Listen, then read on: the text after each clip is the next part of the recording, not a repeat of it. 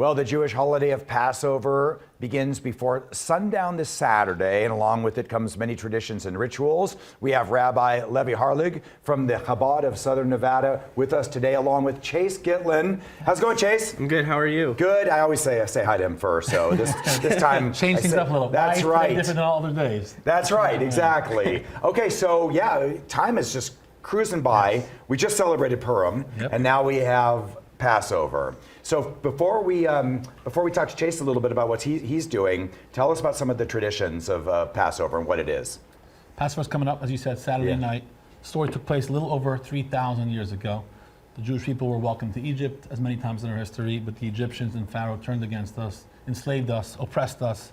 Moses was born. Moses is the redeemer of the Jewish people. God says, go to Pharaoh, tell him to let my people go. He does. Pharaoh refuses.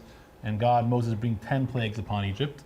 It's described in the Passover Haggadah at length in the entire story.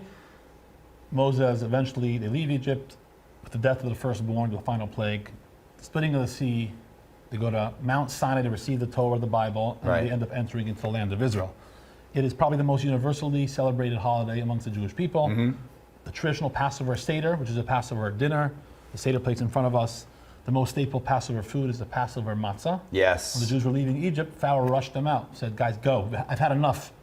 Then the dough did not have enough time to rise. They were baking bread, so we now eat the unleavened bread, the matzah, called in the Haggadah the bread of affliction, as we celebrate the Pesach Seder. Yeah, well, and it's funny, no matter, you always have somebody, a friend, non-Jewish, who doesn't know what matzah is. So I always say, well, it's like a saltine cracker, but a lot bigger, and actually tastes better. I think. Depends what kind of matzah you eat. True. This is the handmade matzah. It's called shmura matzah. Okay. It's handmade, and this is what they ate when they left Egypt, because there were no machines then. Again, it's supposed to remind us that it's the bread of affliction of our enslavement. Right. But most importantly, Pesach's celebrating our freedom. It was the birth of the Jewish people, the birth of our nation. So we have the 4 cups of wine, or the 4 cups of grape juice for the children that we drink, representing the 4 expressions of redemption as we celebrate our freedom throughout the Passover holiday. Rabbi, why does it take so long to get to the first item of food? We have to sit there, the Seder, and discuss. That is the $1 million question. Yes, like and the first thing that you eat is parsley, and you never have you wanted parsley so bad in your life. Correct. And you dip it in salt water. And at least the salt water. Everything in the Seder table is has symbolism, and meaning, and depth. So the embitterment of the enslavement. There's a long story to discuss, and it's practical to us today as well. So we want to discuss the story and practically bring it down for our society nowadays.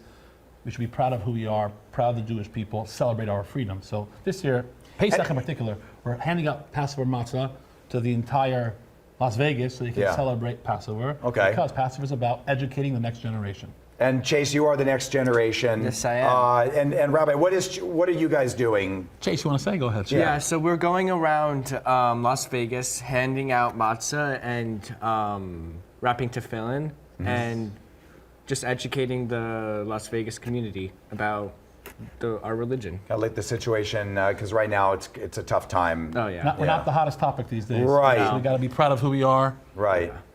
A lot of anti-Semitism out there, so education is the answer. That's what Chase has been doing, going along, educating people, the importance of the holiday and the importance of our traditions. Okay. We're out of time, but the one thing we have to just mention is the hiding of the afikomen. Yes. That is the fun part. Where it's very competitive. You hide matzah, and the little ones go look for it. Whoever finds it negotiates with the Seder leader, which would be you. I'm a tough negotiator. Yeah, I bet. And then you usually wind up with a prize or some money. So that's the fun part. It's all fun, actually, to tell you the truth. Join a Seder, though. The Chabad Southern Nevada is putting on Seders throughout Las Vegas. Okay. You want to celebrate the holiday properly, so join a Seder, chabadlv.org. All Have right. a happy and healthy Passover. You too, guys. And Alyssa, over to you.